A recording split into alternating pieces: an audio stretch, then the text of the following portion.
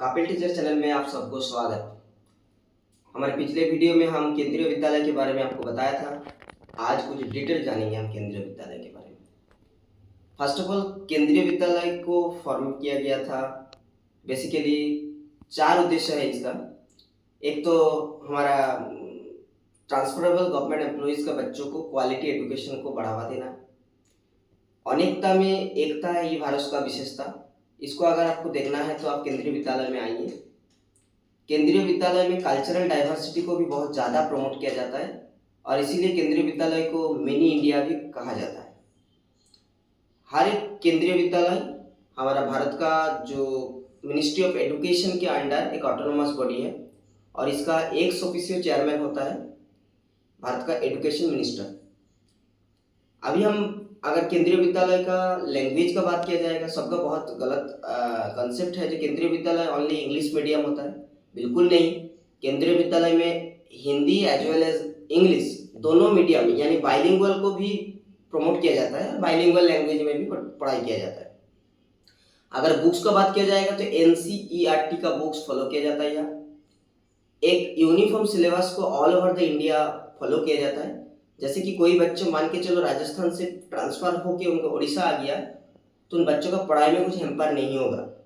उस prescribed syllabus में बच्चे एक साथ अपने आप को एडप्ट कर पाएंगे। केंद्रीय विद्यालय में अगर बच्चों का फीस के बारे में बात किया जाएगा तो as compared to private school there is very minimal और नॉमिनल फीस बच्चों से लिया जाता है। और 8टी बच्चों के लिए तो राइट टू एजुकेशन एक्ट में जिसका एडमिशन होता है उन बच्चों के पूरा निःशुल्क शिक्षा प्रदान किया जाता है। अभी अगर केंद्रीय विद्यालय में क्लास टाइमिंग का बात किया जाएगा तो खास करके ऑल ओवर इंडिया में डिफरेंट क्लाइमेटोलॉजी के वो ध्यान में रखते हुए दोनों शिफ्ट में केंद्रीय विद्यालय में पढ़ाई होता है।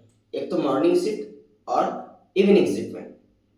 कुछ केंद्रीय विद्यालय में मॉर्निंग शिफ्ट में होता है और कुछ केंद्रीय विद्यालय में इवनिंग शिफ्ट में भी होता है। क्लासेस कहाँ से कहाँ तक होता है? राइट फ्रॉम द बाल बाटिका 1 to क्लास 12। अभी आपका मन में प्रश्न आ रहा है बाल बाटिका क्या होता है? तो बाल बाटिका के लिए मैं नेक्स्ट वीडियो में आपको डिटेल बताऊंगा, लेकिन आप मोटा मोटी तौर पे जान लीजिए। बाल बाटिका 1, बाल बाटिका 2 और बाल बाटिका 3 एक क्लास 1 से पहले एक प्री स्कूलिंग सिस्टम है जहाँ पे तीनों क्लास को पढ़ाया जाता है अर्ली चाइल्डहुड केयर एजुकेशन के तौर पे। उसके बाद बाल बाटिका 1 से लेके एकदम क्लास 12 तक का पढ़ाई होता है। अगर हायरार्की ऑफ टीचर का बात किया जाएगा तो बाल बाटिका में जो पढ़ाते हैं उसको एनटीटी टीचर कहते हैं, नर्सरी टीचर ट्रेनिंग। प्राइमरी में पढ़ाया जाता है उन टीचर को पीआरटी बोला जाता है।